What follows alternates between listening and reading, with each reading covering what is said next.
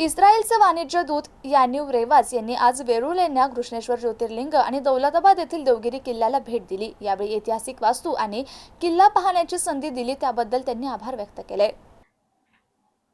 सकाळी त्यांनी कैलास मंदिर 16 नंबर, विश्वकर्मा 10 नंबर, बौद्ध लेणी 12 नंबर, इंद्रसभा, जगन्नाथ सभा आणि जैन लेणीला भेट दिली। त्यानंतर घृष्णेश्वर 12वे ज्योतिर्लिंग येथे सोवळे धारण करून पंचामृत अभिषेक केला आणि त्यानंतर त्यांनी दौलताबाद किल्ल्यावर भेट दिली। भारत माता मंदिर, चांद मिनार, काळा कोट, चिनी महल, रंगमहल, मेंढा तोप, अंधारी येथे भेट दिली। त्यांना भरत जोशी यांनी मार्गदर्शन केलं। त्यांनी किल्ल्यातील भेट पुस्तकात किल्ला खूपच सुंदर आणि अभेद्य असल्याचं नमूद केलंय।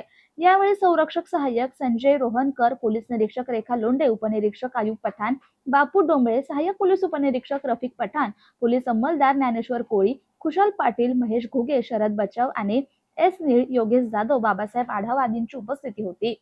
Javed Shaikh, MCN news, Daulatabad.